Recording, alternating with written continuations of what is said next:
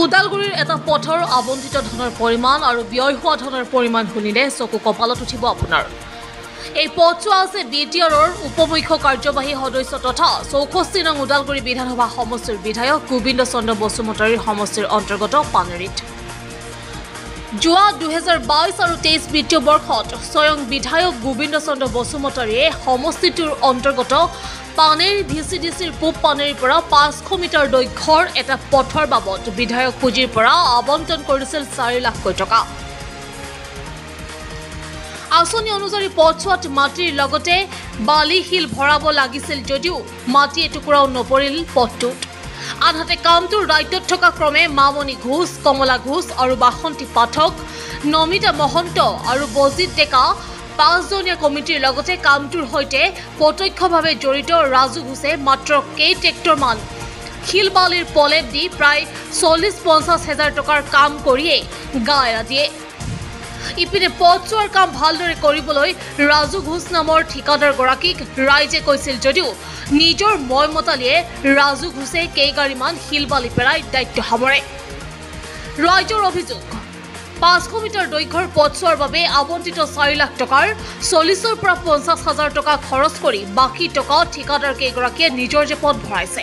উক্ত পথছোৱাৰ কামৰ মান নিৰূপণ কৰি বিভাগীয় কৰ্তৃপক্ষ আৰু স্থানীয় বিধায়ক গোবিন্দ চন্দ্ৰ বসুমতাৰীয়ে ঠিকাদাৰ কেইগৰাকীৰ ওপৰত কি ব্যৱস্থা গ্ৰহণ কৰে সেয়া এক লক্ষণীয় বিষয়। এই জায়গায় জায়গায় আগতো কিমান গাড়া গাড়ী বহুত আছে, ইফালে পানী জমা হৈ আছিল, বেছি চাৰিঙলৈ পুজোৱা নাই, অলপমান হেল ফেলাই দিছে আৰু এখনি কৈছে তাত বেৰে কি দিয়া আকৌ কৰা নাই। এতিয়া দেখিলে চান্দত মাছি 4 লাখ টকাৰ 50-60 হাজাৰ টকা কাম হৈছে, তাৰ পৰা হোৱা নাই খুব বেছি।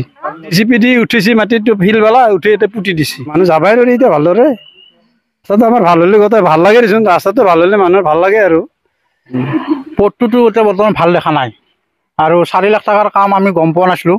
এই প্ৰস্তাৱটো মাৰাৰ পিছত আমি গম পালোঁ 4 লাখ টকাৰ কাম বুলি, কিন্তু তাৰ আগতে এনে 5 মাহ আগত কৰি গৈছে কামটো। চেন কেবল অলপ পেলাই গৈছে, তলত মাটি চাটি পেলোৱা নাই। তাৰে পিছত তেওঁ চাইনবোৰ্ডটো মাৰা দেখা পালোঁ আৰু এইটো 4 লাখ টকাৰ কাম, কি কাম কৰিলে 4 লাখ টকাৰ কামটো আকৌ হোৱা নাই নহয়। আৰু JCB দি তোৰ মাটি ডঙৰ বা JCB দি মাল উঠিছে, উঠে এটা পেলাইছে আৰু ট্ৰেক্টৰ দি মোটামুটি 30 গাড়ীমান মাল পেলাইছে, এখন ইমানে কথা আৰু মাল চাল পেলা নাই আকৌ। আৰু যেতিয়া আমি আহিলে কেতিয়াবা আহিলে কমপ্লেইন কৰোঁ বোলো দাদা এনেকুৱা এখন মাটি লাগছিল নহয়, এই ইয়াত দিব নোৱাৰোঁ নহয়, এইটো বেছি টকাৰ কাম নহয় নহয়, অলপ টকাৰ কাম আমাৰ ফালে আকৌ নাথাকিব এইটো। আৰু ইয়াৰ পৰা 500 মিটাৰ টকা গ'লে নহয়, 400 মিটাৰ হয়। কিন্তু সিহঁতক কৈছিলোঁ আপোনালোকে 2 লাখ মান টকাৰ কাম ভালকৈ কৰি দিয়ক আমাক, আপোনালোকে আফালে যি ৰৈ আপোনালোকে খাই দিয়ক, কথা নাই, আমাক খালি ৰাস্তাটো ভাল লাগে। এতিয়া গাড়ী চাড়ী আহিলেও চিলিপ খাই আহিলেও নদীৰ ফালে পালি যাব খোজে, গাড়া আহিছোঁ সবফালে, ল'ৰা ছোৱালীও স্কুলত নিব নোৱাৰোঁ, বৰষুণ দিলেতো যাবৰ উপায় নাই।